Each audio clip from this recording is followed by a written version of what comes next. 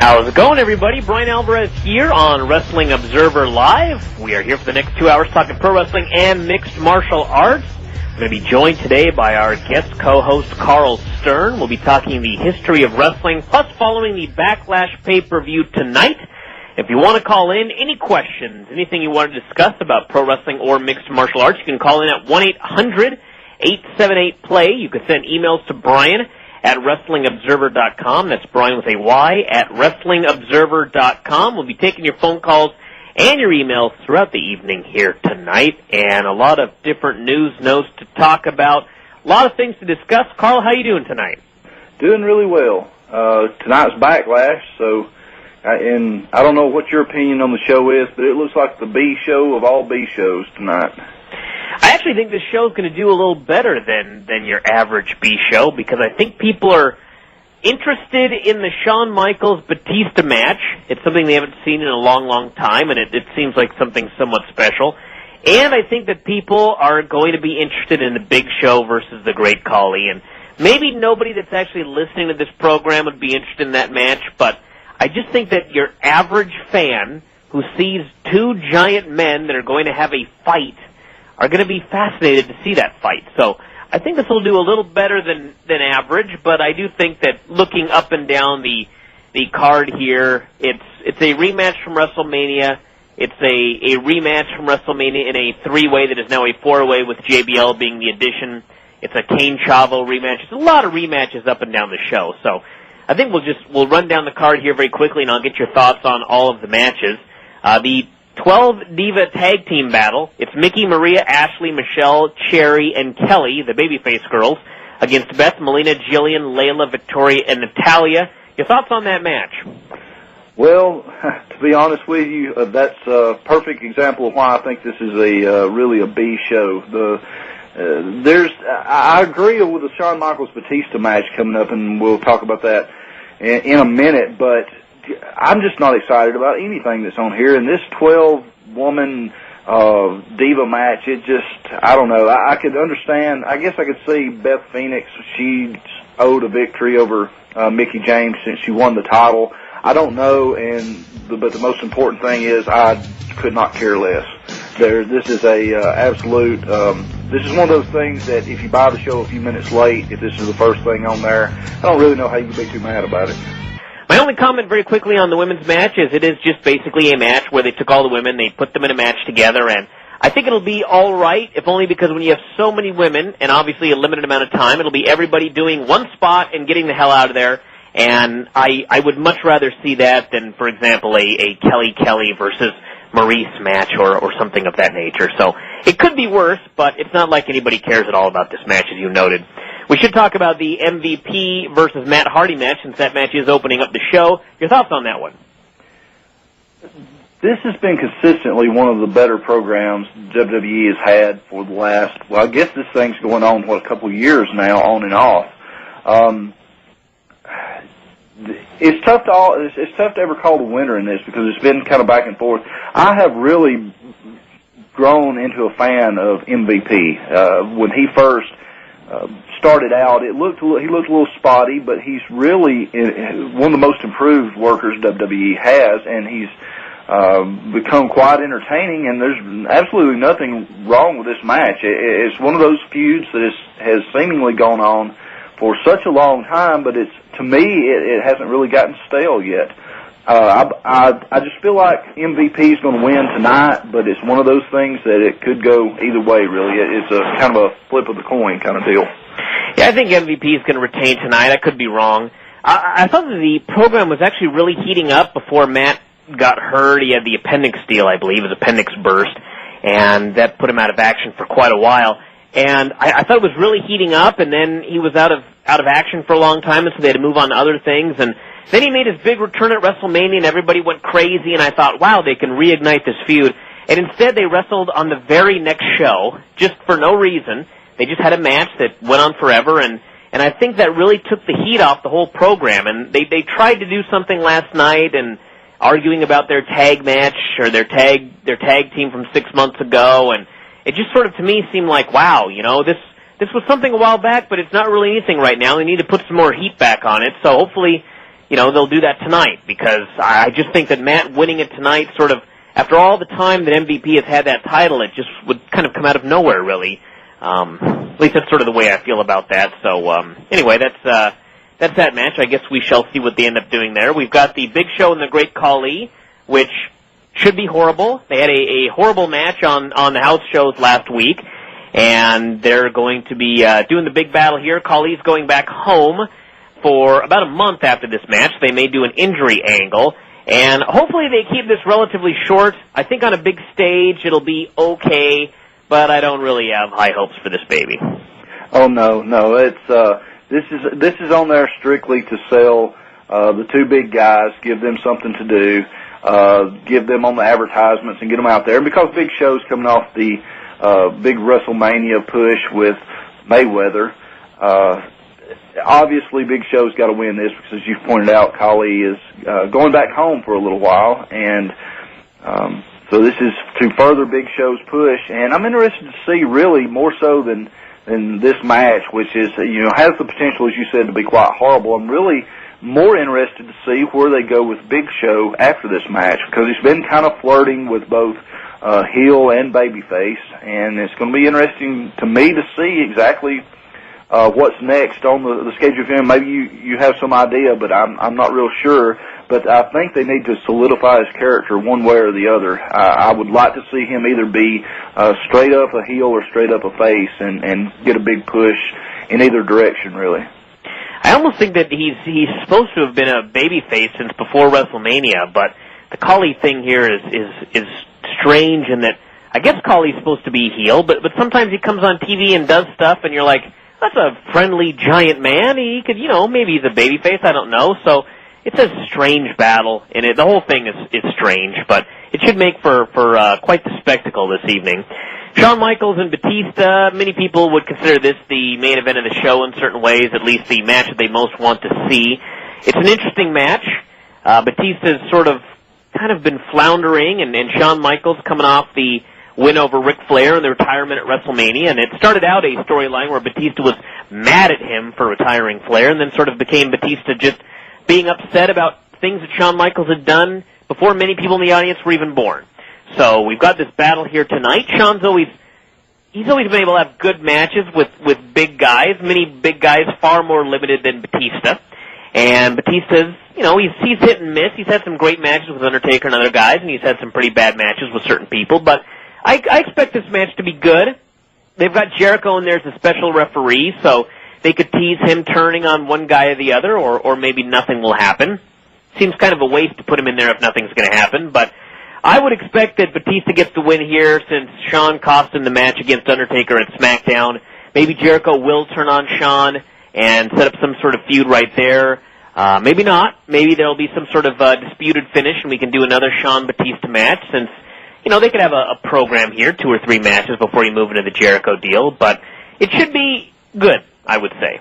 Well, the build-up to it's been very good. Even though they've kind of moved away from the Ric Flair part of the storyline, I think it was kind of necessary that they did and establish some reason for these two not to get along, and the reasoning's kind of weak, but still, at least they are moving in their own direction.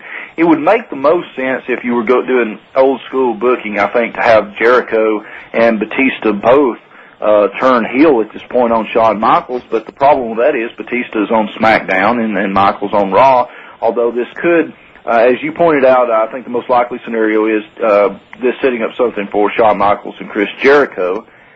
Since Jericho's return, he's been sort of lackluster. He's had really no direction, and he's another one of those guys that the coming back as a babyface, I think, was the right thing to do.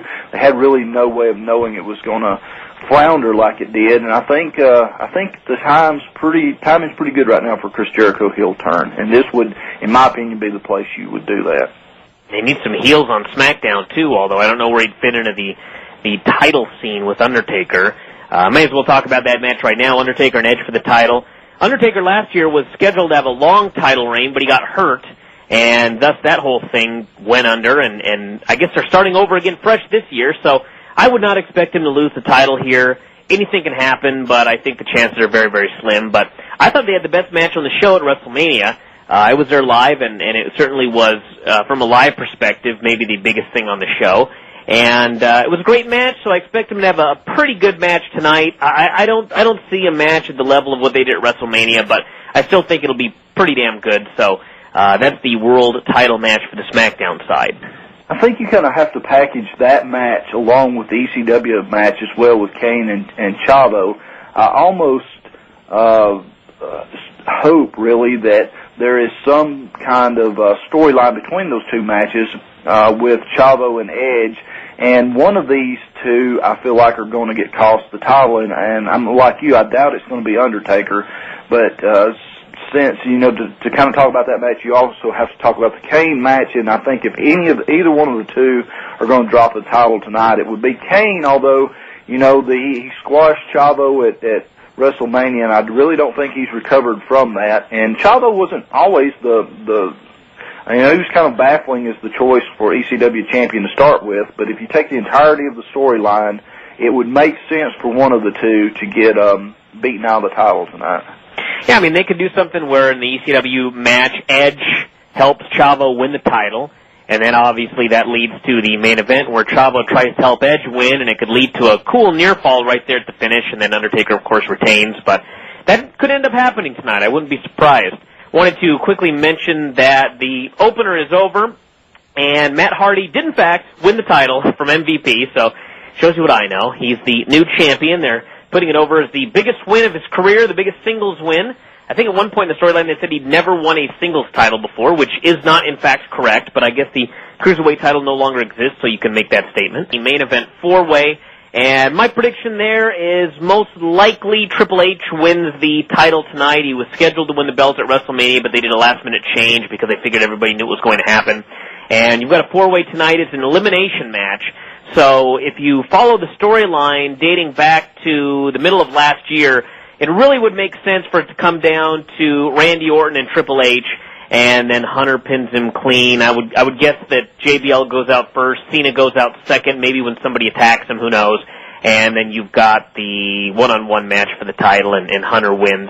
For what it's worth, the preview for Raw tomorrow says new champion, but of course that means really nothing because that can change at any time. But that would be my guess tonight. Carl, any thoughts on that? Yeah, I want to go out on a limb here and make a different prediction. I actually think Randy Orton is going to retain the belt tonight because I think it's gotten out there pretty much all over the internet today that title change is expected, and it's all, of course, as you said, based on the Raw preview. So WWE has gotten in a pretty, what I think is a bad habit. I think you should just go with whatever your plans were and not be booking on the fly like that, but I really think that it's out there enough that Orton's going to retain tonight, and Triple H may be held off just a little while longer, but that's my only reasoning behind that is just the fact it's gotten fairly well publicized today. We had another major title change today as Shinsuke Nakamura of New Japan dropped the belt to Keiji Muto, and we have a caller that wants to talk about that. Chris in New Jersey. Chris, what's going on? Hi, what's going on? How's it going? So. Not too much. Can you talk right into the phone? We can barely hear you. Oh, can you hear me now? There we go. All right. I heard about that title change this morning. Pretty shocking considering they've been pushing Nakamura to the moon, and Keiji Muto is the president of All Japan. It's pretty crazy. Yeah, this is actually, I think, the second time that somebody from All Japan has won the title, and I don't think nowadays it's as big a deal just because the wrestling landscape is such that you've got so many guys going back and forth in different promotions. I was surprised.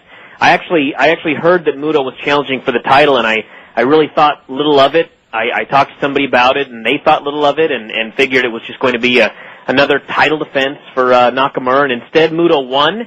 And I don't really know why. I guess in one sense you had a lot of guys that could have challenged Nakamura for the title, and he beat most of them, and there weren't a lot of guys left that people would take that seriously. Everybody would, there are names that people would throw out there, but he's beaten them.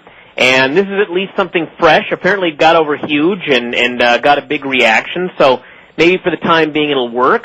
I think it's strange that they chose Nakamura over Tanahashi because of Nakamura's shooter background or his amateur wrestling background, and then from there they went to Muto, but I don't know. They do many things that I don't understand, but that was a weird one.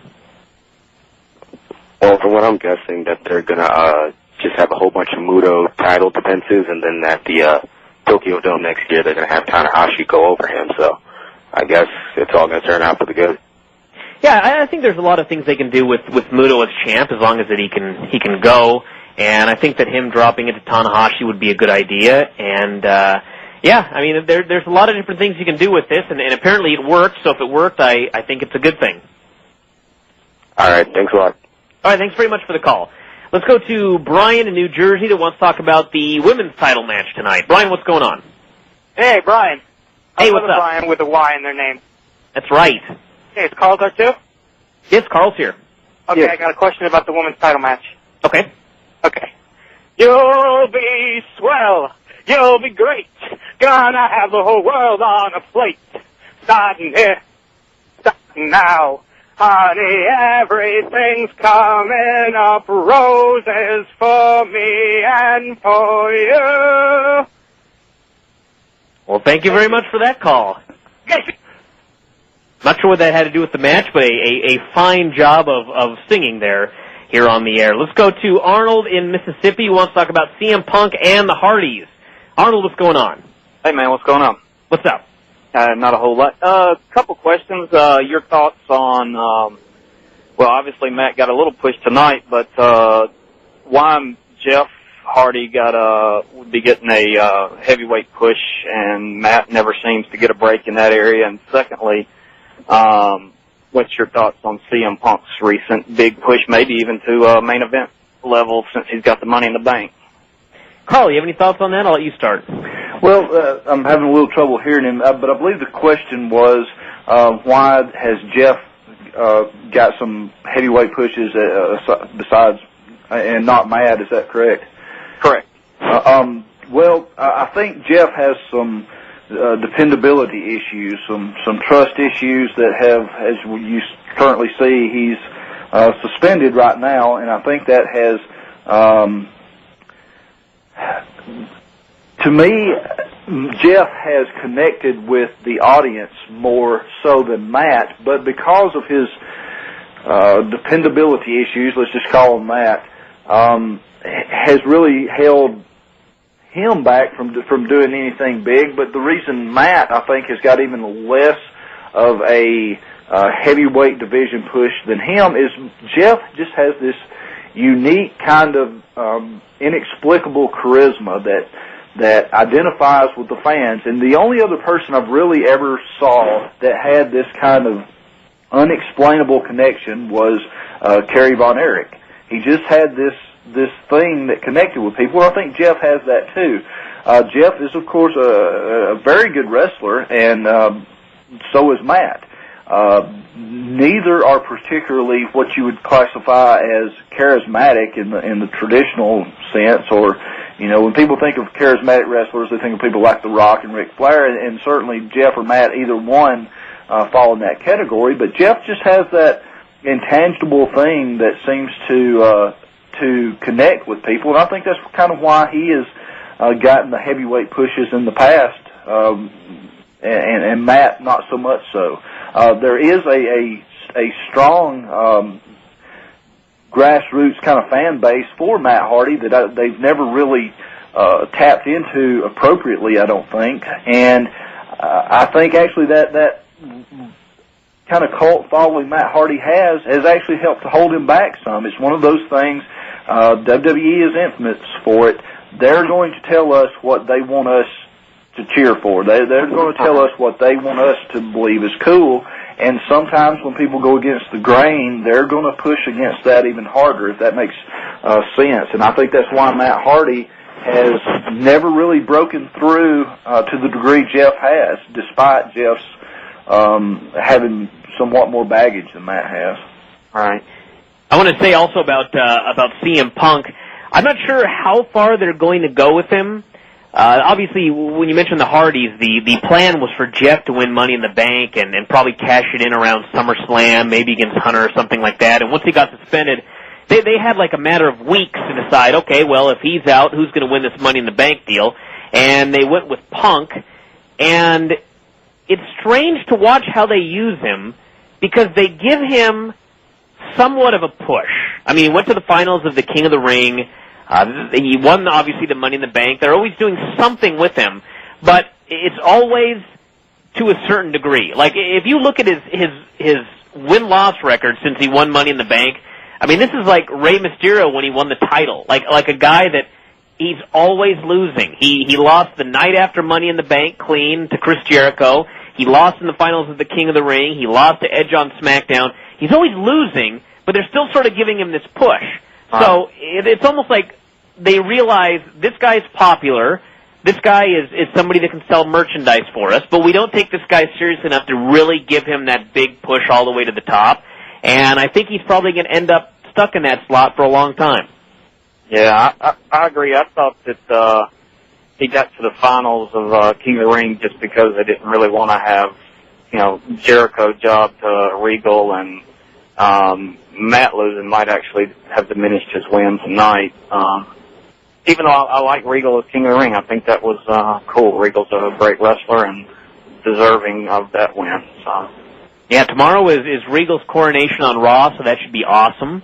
And I also, we'll talk about that in just a moment, but anything else on that call? No, one last thing is TNA's coming to South Haven, Mississippi. I think it's great, right outside Memphis. It's where I live, so looking forward to that. I strongly recommend you go. I've said a lot of things about Impact, but I wish they'd bring a house show up here because, in fact, the Motor City Machine Guns worked a show that I was on this past Friday night, and they were awesome, and Awesome Kong was there, and she was great, and house shows are apparently always awesome, so I would check that out if I were you. Yeah, well, I've got tickets to Slammiversary, so it ought to be great. Well, cool. Well, thank you very much for the call. Appreciate it. And Carl, the King of the Ring was this past Monday, and William Regal is the new king of World Wrestling Entertainment, and it's a perfect man. There's no better man in this world to be the king. And as I mentioned, his coronation is tomorrow. And what do you think of the tournament and Regal in general? That's one of those things. It just dawned on me as the tournament was going on. Why haven't they done this before? He is exactly the perfect candidate for the King of the Ring gimmick, and I'd never thought about it before myself, but after seeing him win the tournament, I thought, why did this never occur to him before? He's perfect for the role. I'm very happy to see him back wrestling on a regular basis now, instead of just in the general manager's role, which he did a fine job with the general manager's role, don't get me wrong, but I love William Regal's matches. He wrestles a different style, the European style that is really so fresh compared to the typical bland WWE cookie cutter style. It sticks out, and it makes for some interesting freshness, I guess, is the only real way to describe it. And William Regal, a better King of the Ring, there could not be. And I don't know why this idea never occurred to him before. It never occurred to me before, but 2 thumbs up. Kudos for William Regal as King of the Ring. Yeah, it never occurred to me. I mean, when I was thinking about who could be the King of the Ring, I was thinking MVP and this and that, and as soon as he came out, I was like, hello, there's your King of the Ring. There's no better man to be the king. And that's William Regal. The Kane Chavo Guerrero match is over. Kane ended up, I guess, chokeslamming him for the pin. And there you go. That's that. Big Show versus Great Khali is up next. And Carl, we had a question here, an email question I'll ask you very quickly. Fedor and Tim Sylvia, your thoughts on who would win that fight if it happened? Fedor will absolutely demolish, destroy, and any other adjective you can think of that involves Tim Sylvia getting completely killed in the ring. So you have no faith in Big Tim? I don't even know what kind of rules you could come up with to make this match competitive. Fedor is going to, that Fedor, I would bet big money on Fedor on that fight. You know, there was actually a period in time where Fedor's people were not hot on the idea of him facing Tim Sylvie because they thought it was a bad fight for Fedor, believe it or not. And apparently, I would guess after Nogueira beat Fedor, they decided, maybe it wouldn't be so bad after all. So, yeah, I would favor Fedor, obviously, in that fight. Obviously, anything can happen in a battle. But, yeah, I would think that Fedor would take that particular match right there. Let's go to Eric in Buffalo, who wants to talk about Jeff Hardy and TNA. Eric, what's going on? Eric, are you there? Guys. If you're there, you're going to have to scream into the phone because we can't Hello. hear you. There we go. All right. What's going on, guys? What's going on? Hey. All right. Well, you guys pretty much covered a lot of the Jeff Hardy questions that I had. My feeling, I guess, was that once he comes back, I mean, you know he's not getting pushed right to the top, but with that fan base he has, it's going to be kind of hard to keep him down, you know, having matches with Snitsky. So, I mean, he's got to be somewhat close to the top, I would imagine, when he comes back. Yeah, I think a lot of it also depends on what he was suspended for. I mean, we don't know, but friends of his said this is not something to be gravely concerned about. It was a stupid thing that he did on a particular day, and he was suspended, and you know, if that's the case and he's getting great reactions and they see money in him, then it may be tough for them to not end up pushing him. I think obviously right now they're saying, well, you know, he's absolutely not going to get a push at all when he comes back and this and that, but you've got guys like Orton who also, I presume, are on 2 strikes. I think some people could come up with like 3 or 4, but presumably he's on 2, and he's the world champion as of right now. So, you know, it's Jeff Hardy. He was getting over huge. He did screw up twice, actually, after major pay-per-view. Like, he screwed up right before SummerSlam and right before WrestleMania, which it's a lot hard to justify pushing a guy when he screws up with that kind of timing, but you never know. I mean, Carl, what are your thoughts as far as when he comes back? How long do you think it'll be before they start pushing him to the top again, or do you think it's going to be a long time? It's hard to say because what could you really do? I mean, he is one more strike and he's out if they go by the policy as it is written. But as you pointed out, there are others, including Randy Orton, who it hasn't seemed to hamper their pushes. For a long time, I thought there's no way you can push him when he comes back. There's just no way, because at any point in time he could be gone. But the other side of me says, well, take advantage of him while you've got him, and maybe even if you know this is his last strike, you get whatever mileage you think you can get out of him, which I think with Jeff Hardy is a lot. I think after rethinking it, maybe you do take this as the opportunity to do whatever the biggest plans you had for him are, to do that, because you might not get another chance, and that might be the thing that gets his head on straight. I don't know if not, you've at least got the maximum benefit out of using him that way. Anything else, Eric? Yeah, my other question is on TNA. I mean, you know, every week, no matter what they do, whether it's a live WrestleMania show or whether it's, you know, taped 4 months in advance, they're still getting that same 1.0 rating, which I guess, you know, Spike TV must be somewhat happy with that at this point. But so what is it, I guess, that they can do short of bringing in Hulk Hogan and Brock Lesnar to, you know, get to that next step, a 0.5 up from what they are now? Well, I think the problem, the 1.0 that they've got right now, the 1.3 million people, I think it's just a very hardcore group of people that are going to watch that show every week, and most of them probably aren't WWE fans, and they don't want to watch Raw and SmackDown, and this is their alternative, and they're going to watch it. In order to bring that up from a 1, you've got to get new people watching the show, and they never get new people watching the show. This is roughly the same audience they've had for like 2 straight years, and in 2 straight years that means they've created almost no new fans. And if you actually watch the TV and you watch it from the perspective of somebody that's tuning in for the first time, like if you'd never seen TNA before and you just happened to switch channels and there it was, if you imagine watching that Impact show as a first-time fan, I can't imagine anyone ever coming back to watch it a second time, because it's so confusing. And this has actually happened to me before, where I've missed a week and I've tuned in the next week, and you try and figure out what you missed. It is impossible. I mean, if you don't watch every single show, you tune this program on, and the opening recap of the week before is 60 seconds long, and it's just a hodgepodge of things, and you can't figure out who's a babyface and who's a heel and who's with who, and the storylines don't make any sense, and there's really nothing there that I can see a new viewer watching and going, wow, I've got to watch this show every week.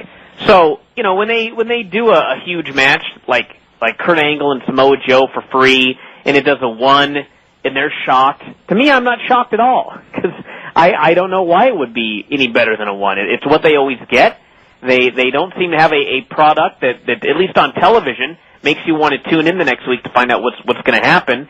It's just a wrestling program that caters to 1.3 million people, and it's been like that for 2 years, and it has not changed in 2 years, and it doesn't look like they're going to make any changes in the next 2 years, so I don't see anything changing.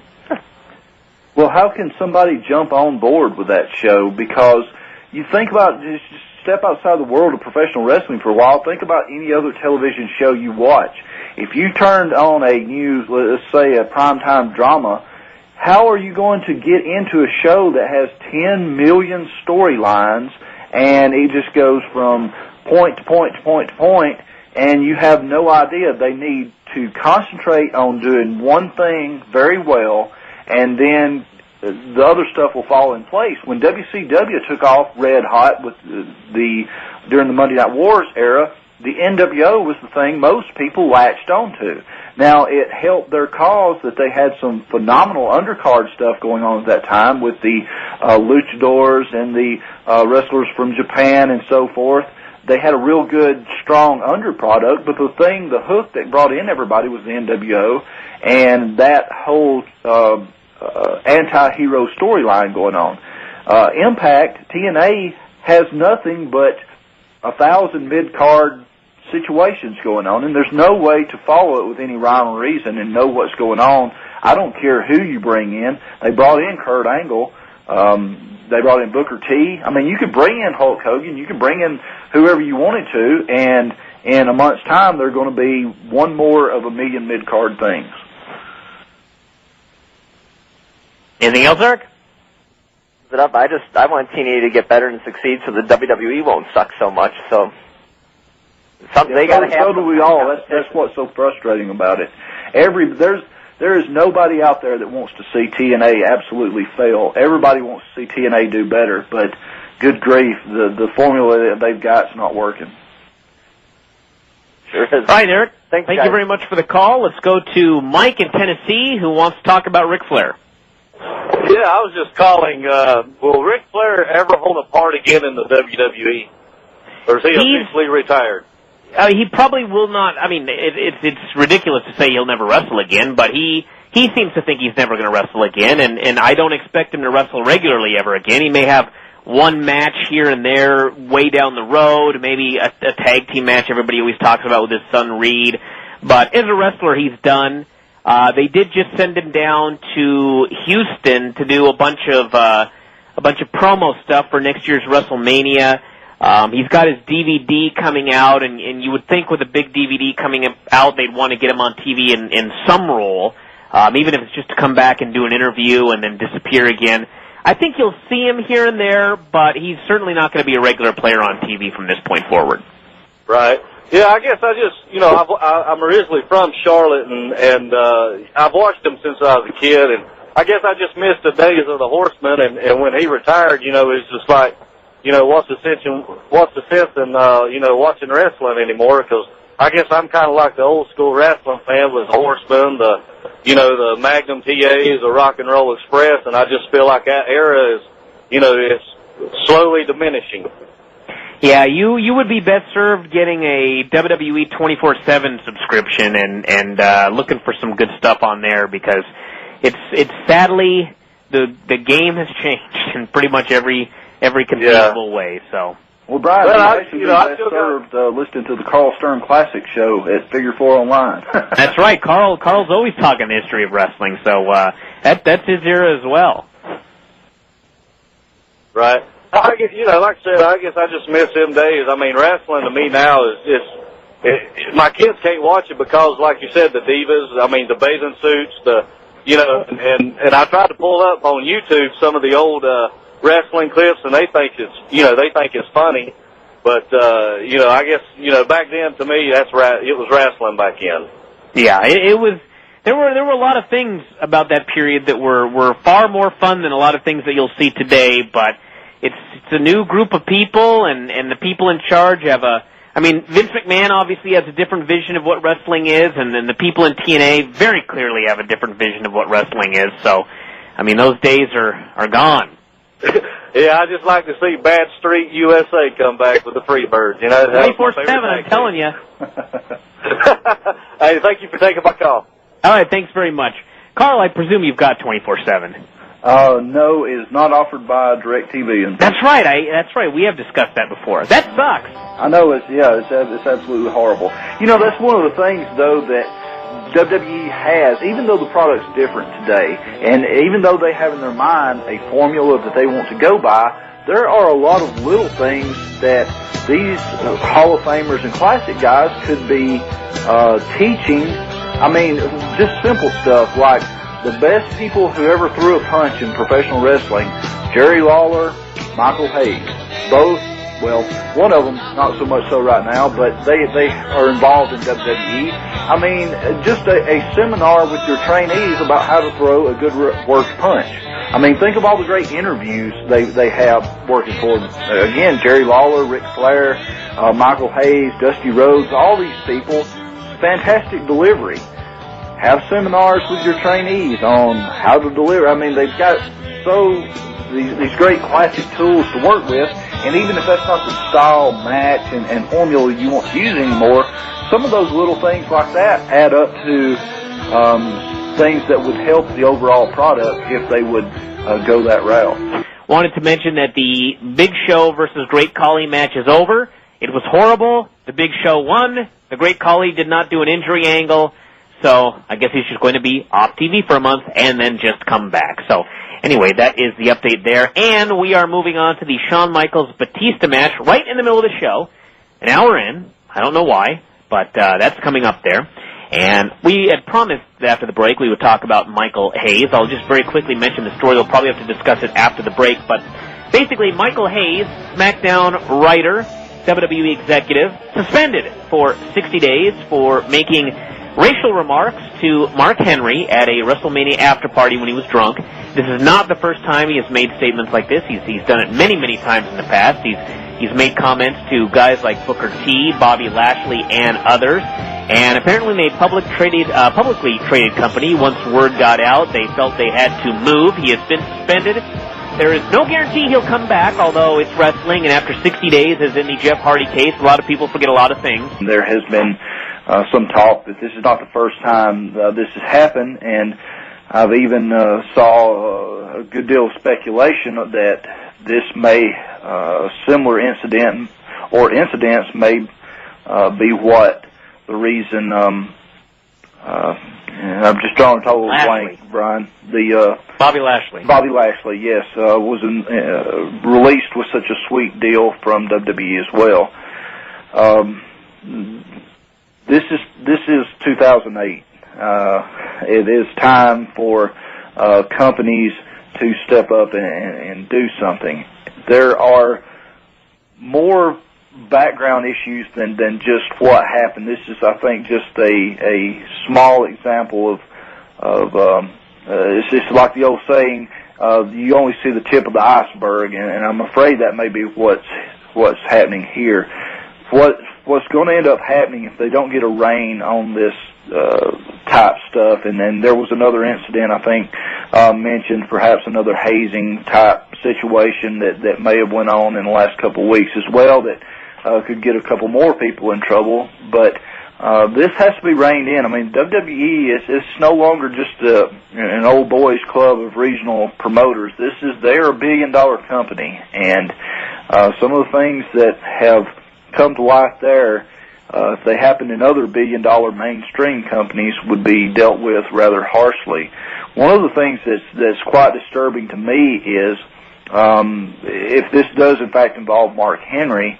Just a few months ago, they were promoting him as the self-proclaimed silverback, which could be construed as being racially insensitive as well. And What's even more disturbing about that is if somebody come up with that idea for him as a gimmick, it's bad enough. But if in fact, even if the best case scenario, even if Mark Henry was in fact proclaiming himself, I, Mark Henry, am a silverback, somebody somewhere should have had enough sense to go, well, wait a minute, that may not be the most sensitive thing we can do here.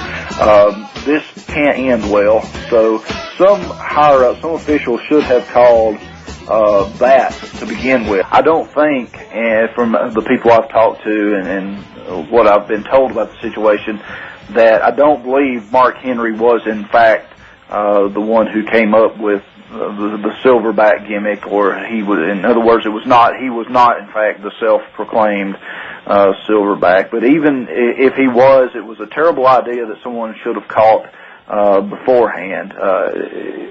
If you think a large dark-skinned African-American football player would get the NFL's permission to call himself the silverback, you already know what the answer is. Of course they wouldn't do that. And WWE needs to be a little more proactive in catching some of this stuff, because I have no reason to believe that particular gimmick or tag led up to the latest incident, but from what we've heard, that this is not an isolated incident, and there are a few former professional wrestlers of African American descent walking around Atlanta, Georgia to this very day that are far more wealthy than they used to be because of old attitudes like that may have been more socially acceptable 20 or 30 years ago, right or wrong.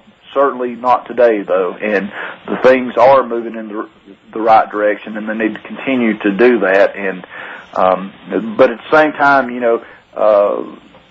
let's don't overblow it. Maybe Michael Hayes could benefit from some type of sensitivity training or something like that. But he is, irregardless of his job title, if he is writing these shows, he is in a position to make these people look good or bad, and he needs to take that responsibility very seriously. And these old attitudes and they need to fall by the wayside. It's time to move on to something else. Now, given what you've heard about this situation and the number of times that it has happened and different things you've heard, do you believe that Michael Hayes is a racist? Well, I don't want to sit here and say I know Michael Hayes personally. I've met Michael Hayes on several different occasions, and I did know Terry Gordy, I guess, better than any of the former Freebirds, and just based on the stories he told me and stuff, I don't really think so. I think he has generational ideas. The generation he's from and the same area, he's from the same part of the country I am, and unfortunately those ideas and attitudes have not completely died out yet, but they have no place in a billion-dollar company nowadays, and that's the thing that needs to be addressed. No, I don't think Michael Hayes is. He's never certainly come across to me that way, and I've never, but again, I'm not a dark-skinned African-American working under him. I may have a different opinion if I were, and irregardless, it's insensitive whether he's racist or not. That type of language is insensitive and doesn't have a place in today's society or a billion-dollar publicly traded company. Now, I know that you can't speak too much about the lawsuit in WCW because you were involved in certain ways in that. But any thoughts on the hard-body Harrison sentenced to life imprisonment deal? Quite an irony, really, when you think about it. Oh yeah, because he was involved in that particular lawsuit and stuff, and that's a sad situation. One of the people I used to work with when we were promoting wrestling shows, Rick Gillespie out of Baltimore, knew hard-body Harrison a lot more than I did. In fact, during the whole time of the lawsuit, the racial discrimination lawsuit was going on in Atlanta, I never did meet hard-body Harrison during that whole deal. He was his depositions and so forth were a different time than mind were. But that is a disturbing situation there, and he's appears to be paying the price. But in that same situation has a lot of parallels to what's going on in WWE right now. A lot of that stuff started out with the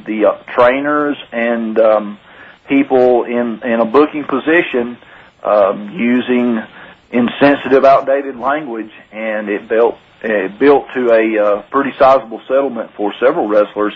And now that you have the possibly the Bobby Lashley situation, and you have the now the Mark Henry deal going on, and there may have even been some other hazing incidents involving some other minority wrestlers recently, they're sitting on a powder keg if they think that courts are handing out money over situations like that. They really need to get a rein on that sort of stuff. You think this is a good proactive move on their part, or do you think that? I guess the question I could ask is these things have been happening for a long time, and this was the first time that they acted. Do you think that there was a reason that they did it at this point, or do you think that they just felt enough is enough?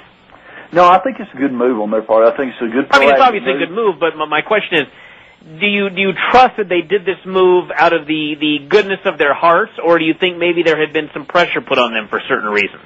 Well, I think there was some pressure put on them for certain reasons. I mean, there is another hazing incident I'm aware of, and I'm sure you are too, involving two other people. One of them could be considered a management official, and we'll see if any disciplinary action comes of that. I think there should be some mandatory sensitivity training or education before these people are brought back, and that should be the routine.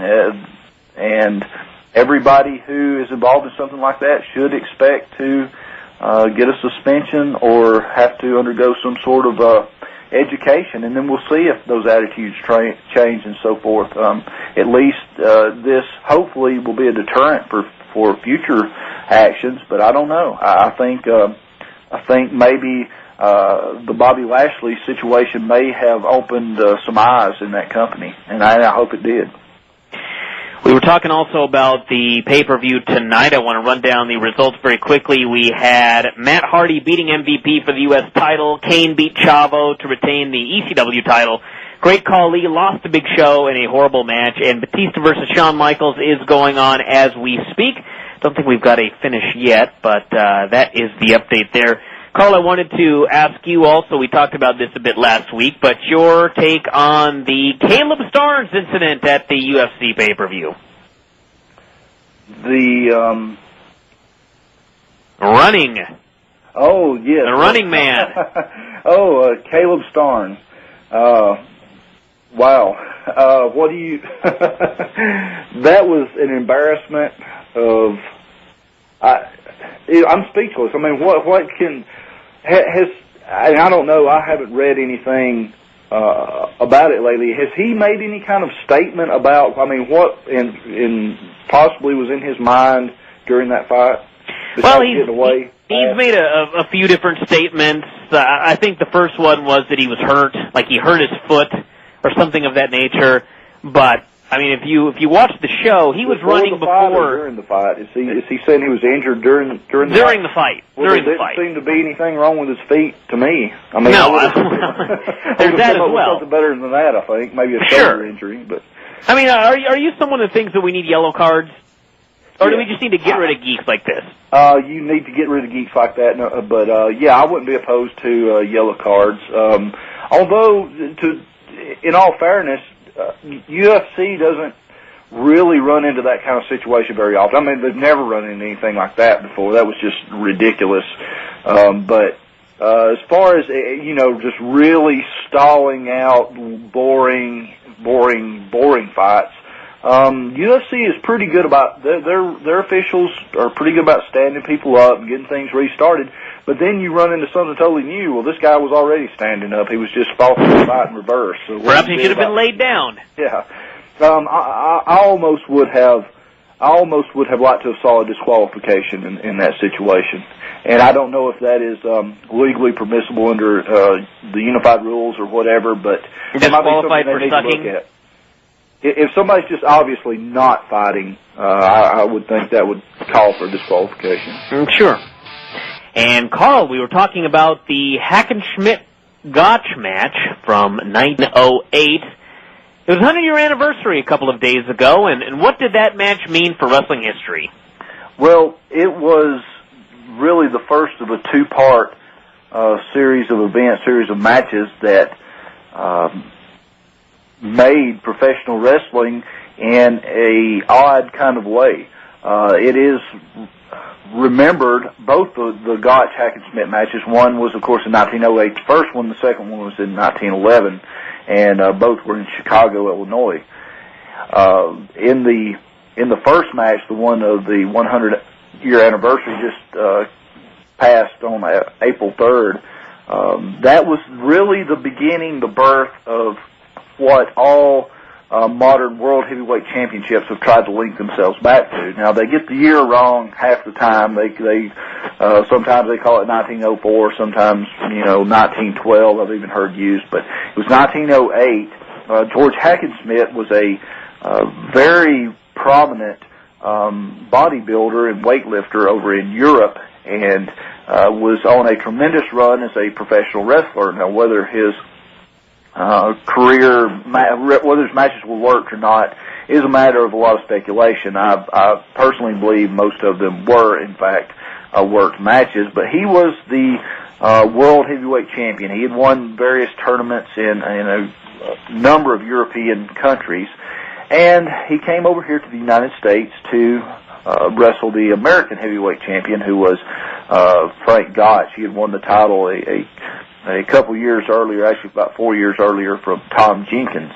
And so you had what would now be recognized all over the world as a true World Heavyweight Championship. And Frank Gotch, of course, won both the matches, both this match and the rematch. The first match was a 2-hour-long match, which Gotch eventually won by his what's the equivalent to an ankle lock submission nowadays. But George Hackenschmidt immediately accused Frank Gotch of doing all kinds of heel tactics, oiling his body, and perhaps even rubbing oil into Hackenschmidt's eyes, and just gouging and scratching, and a number of tactics that would be heelish in nature at that point of time. This led to the rematch in 1911, which is, I guess, the more famous of the two, because it's the one that everybody talks about. Gotch may or may not have hired somebody to injure Hackenschmidt while training. That's kind of been one of those famous wrestling myths that has passed down through the years, and who knows if it's really true or not. There's even a lot of debate about who injured the knee of George Hackenschmidt. But those two matches were, without a doubt, the biggest matches until the modern era of pro wrestling. Nothing really since that time up until the WrestleMania era really stood up to those matches in terms of the number of people there, the gates, and the dollar amounts, increased for inflation, were on par with some of the WrestleManias and stuff. So it was a huge, huge deal. Now, what it also did was sort of turn the press against pro wrestling. The second Gotch match, Hackenschmidt match, was ripped apart in the papers, and in fact, it was said by several papers that it gave wrestling a black eye it would never recover from, and by gosh, it just about never has. So it was a completely different world then, but it certainly set wrestling on a path to become what it ultimately has ended up to today, which is more of a entertainment worked spectacle than a true athletic contest. And I've asked many times before, but anything new on the possibilities of ever getting any sort of footage of these matches? I seriously doubt it. We know they were taped. I don't know about the first one for certain, but we know for a fact the second Gotch Hackenschmidt match was taped, because there were ads for charging people to come see it at the theaters. There were actually some of the photographs that were released only in the last few years there are video cameras there. And but unfortunately, the top film that was taped on is very unstable, and the belief is if it did exist today, it would be unrecoverable, and nobody has ever saw it in the modern era. There have been people who've claimed to, but it's never turned up. And if it was out there, I think by now we would know about it, or it would be deteriorated to the point where we couldn't do anything with it. A couple of notes here. The Shawn Michaels-Batista match. Shawn Michaels won. Batista went for the Batista bomb, and Shawn shimmied out and then acted like he blew out his knee. The referee, Jericho, went to keep Batista away from him, and then Shawn jumped up and did a super kick for the pin. And they did have a bunch of referees help Shawn to the back afterwards, so they're playing it up like it was a real injury, but the way the finish came, it appeared that it was not a legitimate injury in the middle of the match, but said to be very, very good. And that's that. So we're going to the women's title match next, and that should be quite a little cluster. But I would like to note we've got two emails here. Mike Sempervivi writes that Henry Akinwan, I'm not the boxing guy here, so Akinwan, I may have screwed that up. Anyway, he was disqualified by Mill Lanes in a fight against Lennox Lewis for excessively clinching, and that means there is a precedence for DQs on stalling. And then Anthony here writes in that Wikipedia, in the section on the unified rules, states that timidity, including without limitation, avoiding contact with an opponent, intentionally or consistently dropping the mouthpiece or faking an injury, constitutes a foul under the unified rules. And thus perhaps he could have been disqualified. So yeah, that sounds like that should have definitely have been a disqualification then for that fight. We have a bunch of questions here, or a bunch of callers. So let's start with James in Florida who wants to talk about Benoit. James, what's going on? Hi, Tara. Hey, guys. How are you doing? Hey, how you doing? I have to say I really like that rendition of Gypsy Rose Lee on your show, but enough of that. I got to say about the Monday Night Raw thing, I loved Regal winning the King of the Ring, but there was one moment that absolutely made me cringe. I don't know if anybody else caught this. I did. When he, yes. Okay, with Hornswoggle? Yeah. Yeah. Why? You know, a lot of people, I made mention of that, and I had some people saying, you're reading too much into this. John Cena has done the crossface. Other guys have done the crossface. Why is it a big deal? And the reason it's a big deal is because Hornswoggle's character is that of a child. And that is according to the police report, a hold very similar to that was used by Chris Benoit to kill his son Daniel. And, I mean, Regal is a friend of Benoit's, and I just don't know how... I mean, I can see that the idea was that they wanted to get his finisher over, but you've got 3 matches. I mean, yeah, why not use it on Finlay or another guy, like Punk, like he did? Well, I'm saying, if he would have used it on Punk to win the entire tournament, it would have been over. If he would have used it on 2 guys and won the tournament, it would have been over. He didn't have to use it on Hornswoggle. I mean, obviously, the idea was, well, the first match shows that he's ruthless and he'll do anything, and the second match shows he can cheat and exploit a body part, and the third match will show that he's just a bad man, but they didn't need to do it. I can't believe that nobody noticed it, and yeah, I cringed as well. Well, Carl, since you're a Leo, Carl, law enforcement officer, maybe you could relate with me on this, because during the Hall of Fame, there was one point when they mentioned Chris Benoit's name, and he just got a huge ovation. At that point, I just started walking out and saying, I just can't be here. I don't blame Ric Flair for mentioning him. That was a part of his career. But for all these fans just to go crazy over a man's name who killed his wife and child, a man who I would be prosecuting if he were to have lived and were to have committed that crime in my district, you know? It just really bothers me. And, Carl, I don't know if it bothers you either, but... Yeah, I agree. It was disturbing, and you know, God only knows what went through that. You know, I don't know. It left me speechless too. I agree with you. You know, I want to ask you, Carl, and James as well, if you have any thoughts on this. When I think about fans cheering Chris Benoit after what he did, it always is like, I'm always amazed by it and baffled by it, and I try and think of reasons why they would do such a thing. And one of the only things that I can come up with is I think there are some fans that were appalled with what he did, but want to separate what he did at the end with what he did during his career. And because WWE has tried to erase him from history, it's almost like whenever there's a mention made of him, like it gets through, they are happy to see it get through. I don't know if that's why. I don't know if people just want to not think about one of the guys that they loved watching wrestle doing this, but it just, I don't understand it, and Carl, do you have any thoughts on why that might be? Yeah, I think it has something to do with the divide between the accomplishments and the person. I can't think of an example that comes to my mind right now of maybe an actor who has done something, totally horrible, but yet his body of film work still, may stand up as something good. You can relate it in a way to O.J. Simpson. He is probably the only close equivalent to what Chris Benoit is, and it's very hard to look back.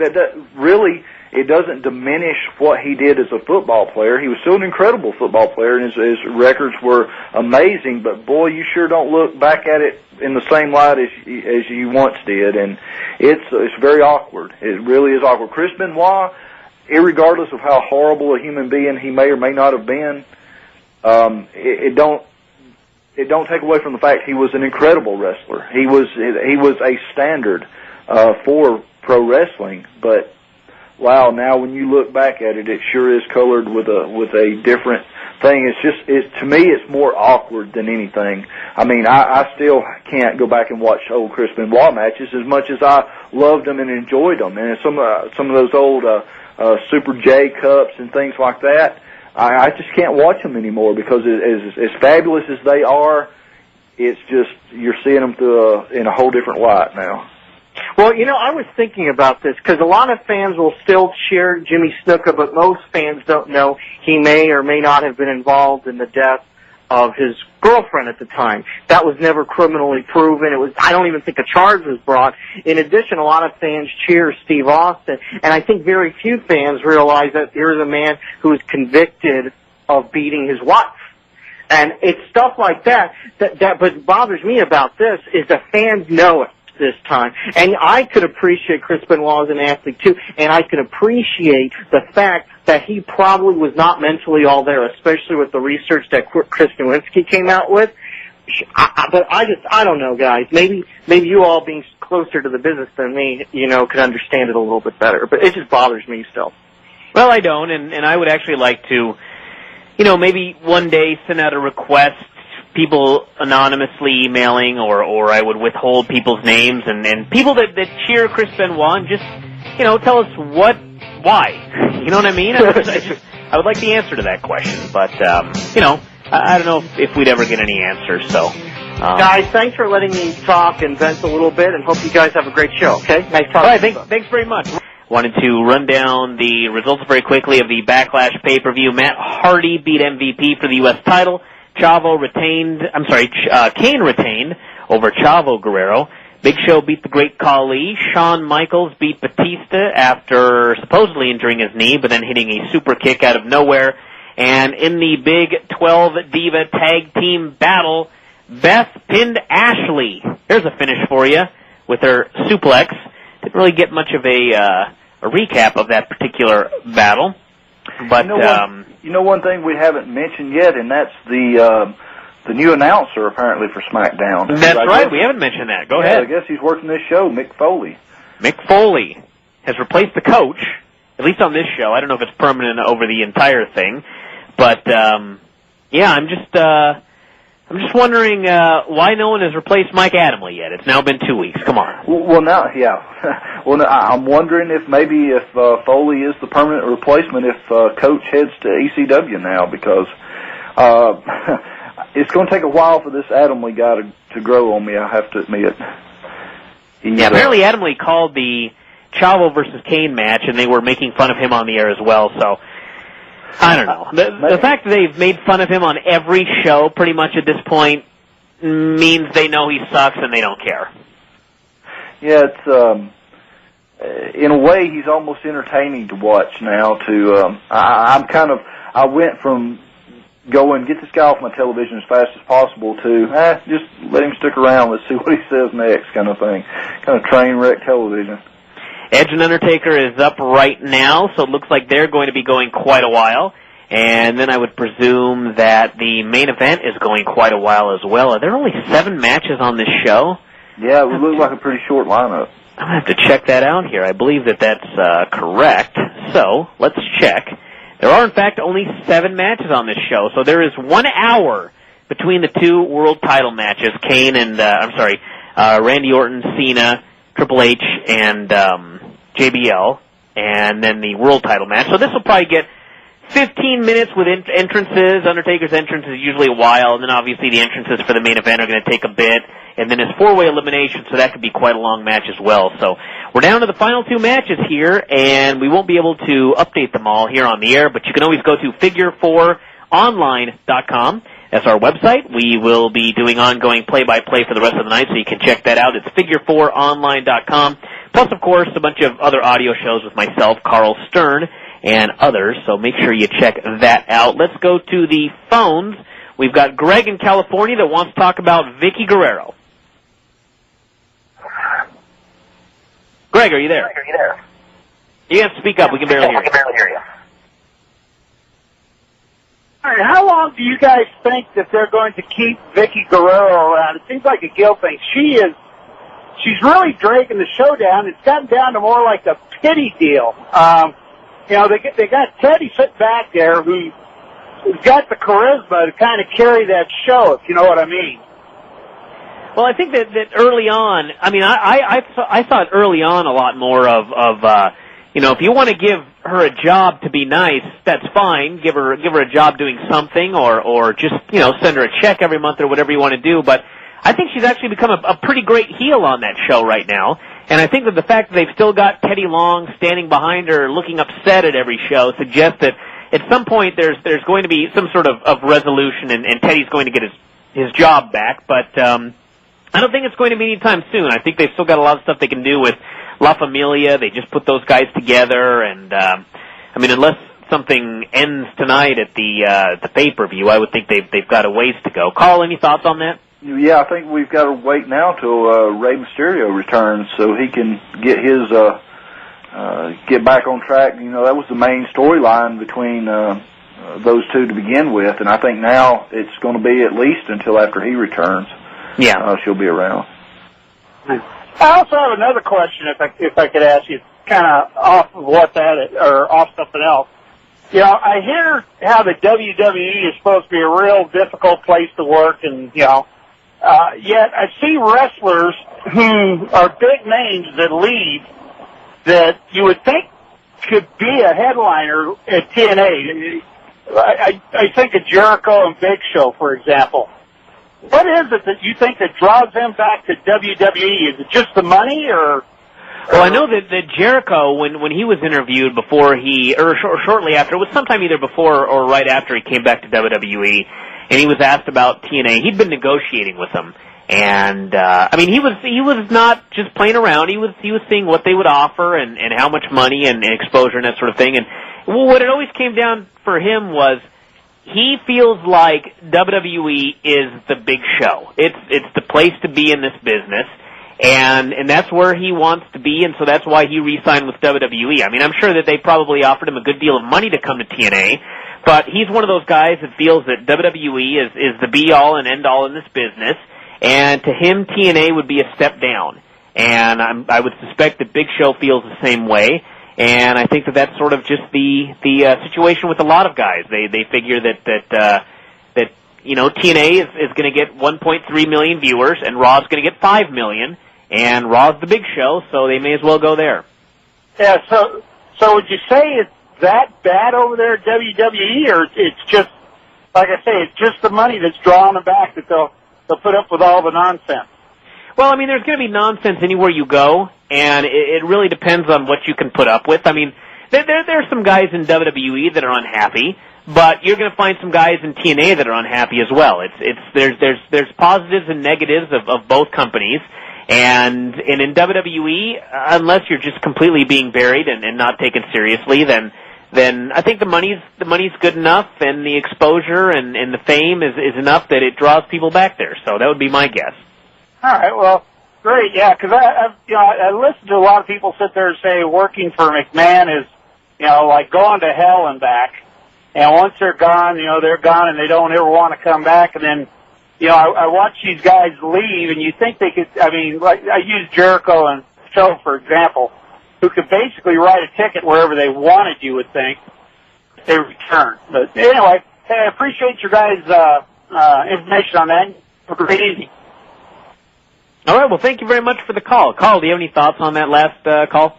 No, I think you summed it up pretty good. Most everybody sees. Even if you're in WWE, even if you're getting the we don't have anything for you right now. We're going to give you the least thing we can give you to do, which is working ECW. You're still showing up in front of as many people as TNA is.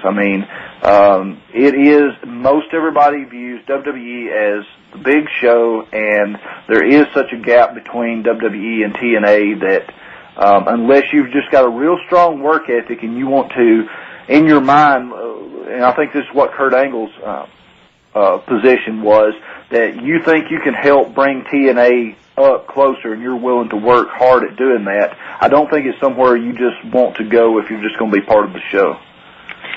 Let's head to, I believe, Stanley in Reno, who has a question about Rock and Austin. Stanley, what's going on? How you guys doing tonight? How you doing?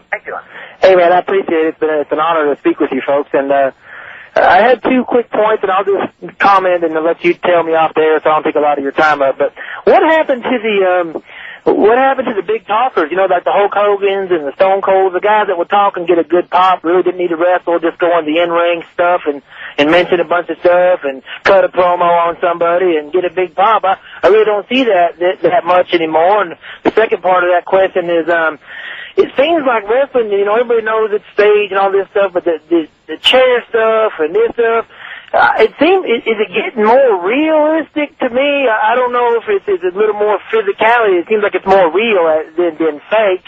And actually, one more point, I'll take it off there. How come Chris Canyon got blackballed from wrestling? And that's it. I appreciate it, fellas. Thank you. No problem.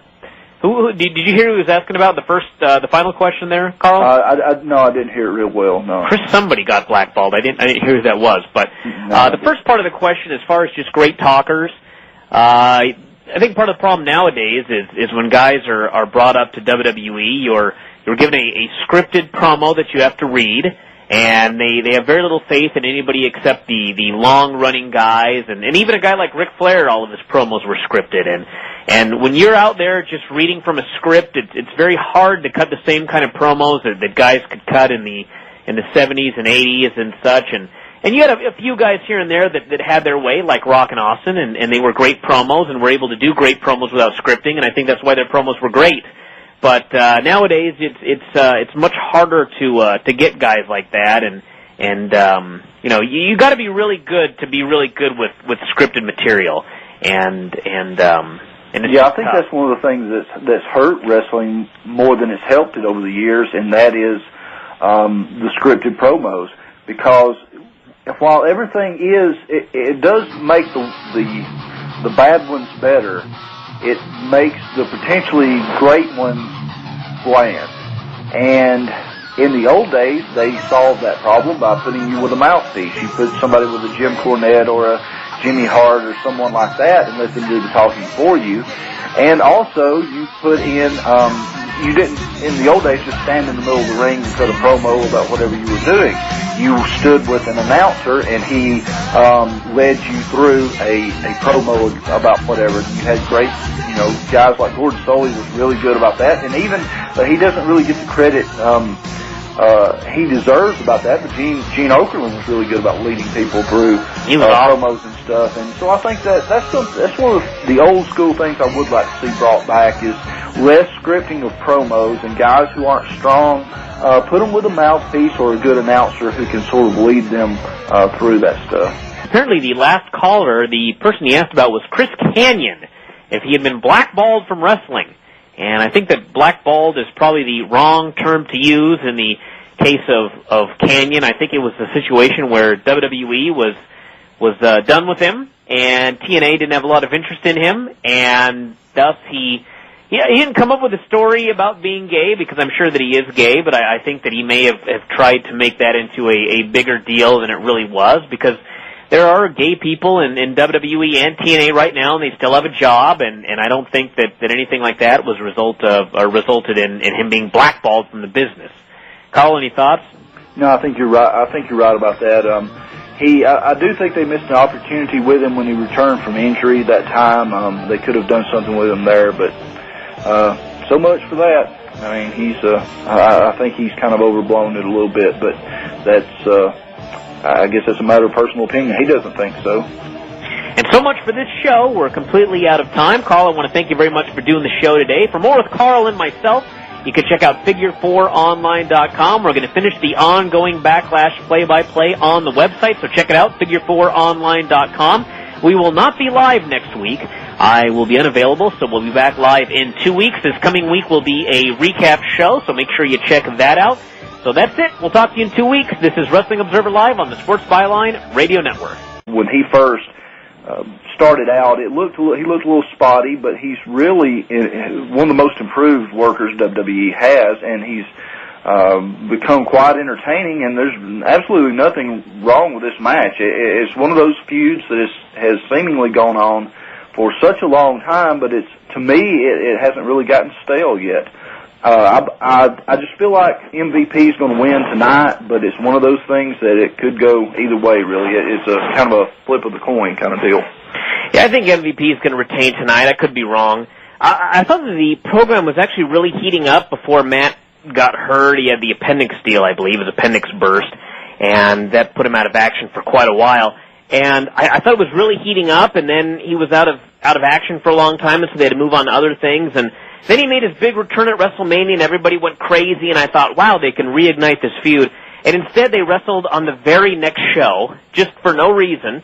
They just had a match that went on forever, and I think that really took the heat off the whole program. And they tried to do something last night, and arguing about their tag match, or their tag team from 6 months ago, and it just sort of, to me, seemed like, wow, this was something a while back, but it's not really anything right now. They need to put some more heat back on it, so hopefully, they'll do that tonight, because I just think that Matt winning it tonight sort of, after all the time that MVP has had that title, it just would kind of come out of nowhere, really. At least that's sort of the way I feel about that. So, anyway, that's that match. I guess we shall see what they end up doing there. We've got the Big Show and the Great Khali, which should be horrible. They had a horrible match on the house shows last week, and they're going to be doing the big battle here. Khali's going back home for about a month after this match. They may do an injury angle, and hopefully they keep this relatively short. I think on a big stage it'll be okay, but I don't really have high hopes for this baby. Oh no, it's this is on there strictly to sell the two big guys, give them something to do, give them on the advertisements and get them out there. And because Big Show's coming off the big WrestleMania push with Mayweather, obviously Big Show's got to win this, because as you've pointed out, Khali is going back home for a little while, and so this is to further Big Show's push. And I'm interested to see, really, more so than this match, which is, has the potential, as you said, to be quite horrible. I'm really more interested to see where they go with Big Show after this match, because he's been kind of flirting with both heel and babyface, and it's going to be interesting to me to see exactly what's next on the schedule for him. Maybe you have some idea, but I'm not real sure.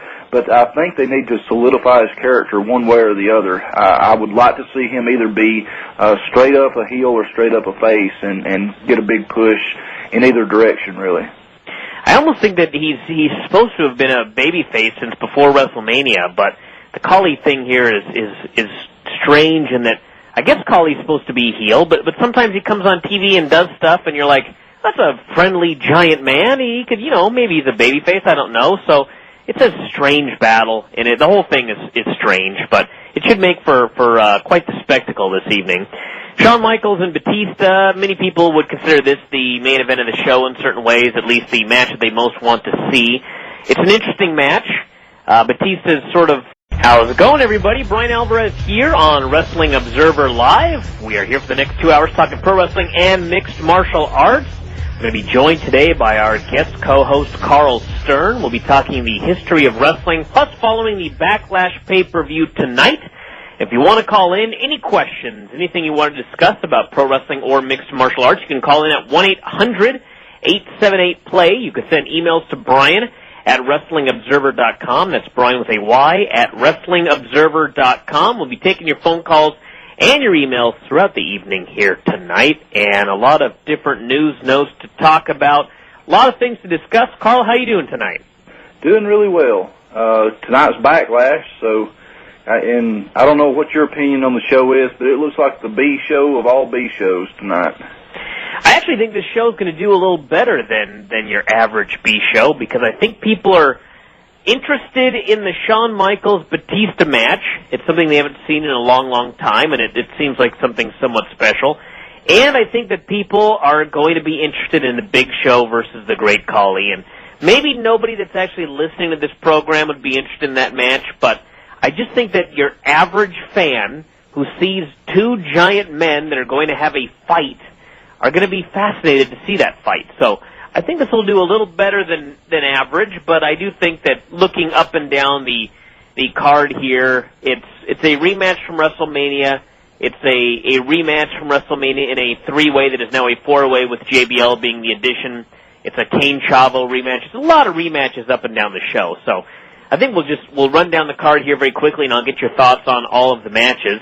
The 12 kind of been floundering, and Shawn Michaels coming off the win over Ric Flair in the retirement at WrestleMania, and it started out a storyline where Batista was mad at him for retiring Flair, and then sort of became Batista just being upset about things that Shawn Michaels had done before many people in the audience were even born.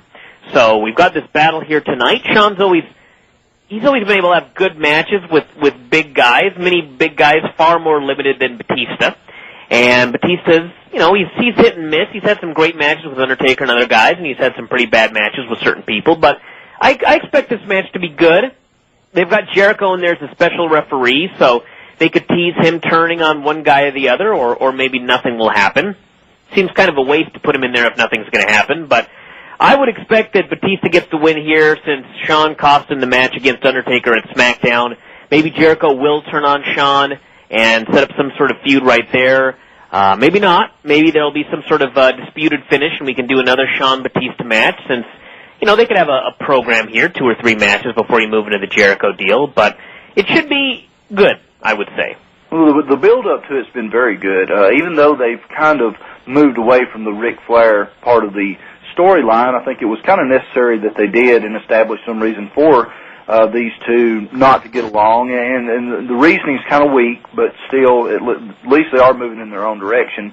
It would make the most sense if you were doing old-school booking, I think, to have Jericho and Batista both turn heel at this point on Shawn Michaels, but the problem with that is Batista's on SmackDown and Michaels on Raw, although this could... as you pointed out, I think the most likely scenario is this setting up something for Shawn Michaels and Chris Jericho. Diva tag team battle. It's Mickey, Maria, Ashley, Michelle, Cherry, and Kelly, the babyface girls, against Beth, Melina, Jillian, Layla, Victoria, and Natalia. Your thoughts on that match? Well, to be honest with you, that's a perfect example of why I think this is really a B show. I agree with the Shawn Michaels-Batista match coming up, and we'll talk about that in a minute, but I'm just not excited about anything that's on here. And this 12-woman diva match, I don't know. I could understand. I guess I could see Beth Phoenix. She owed a victory over Mickie James since she won the title. I don't know, but the most important thing is I could not care less. This is a absolute... this is one of those things that if you buy the show a few minutes late, if this is the first thing on there, I don't really know how you can be too mad about it. My only comment very quickly on the women's match is it is just basically a match where they took all the women, they put them in a match together, and I think it'll be all right, if only because when you have so many women and obviously a limited amount of time, it'll be everybody doing one spot and getting the hell out of there. And I would much rather see that than, for example, a Kelly versus Maurice match or something of that nature. So it could be worse, but it's not like anybody cares at all about this match, as you noted. We should talk about the MVP versus Matt Hardy match, since that match is opening up the show. Your thoughts on that one? This has been consistently one of the better programs WWE has had for the last, well, I guess this thing's going on, a couple of years now, on and off. It's tough to ever call the winner in this because it's been kind of back and forth. I have really grown into a fan of MVP.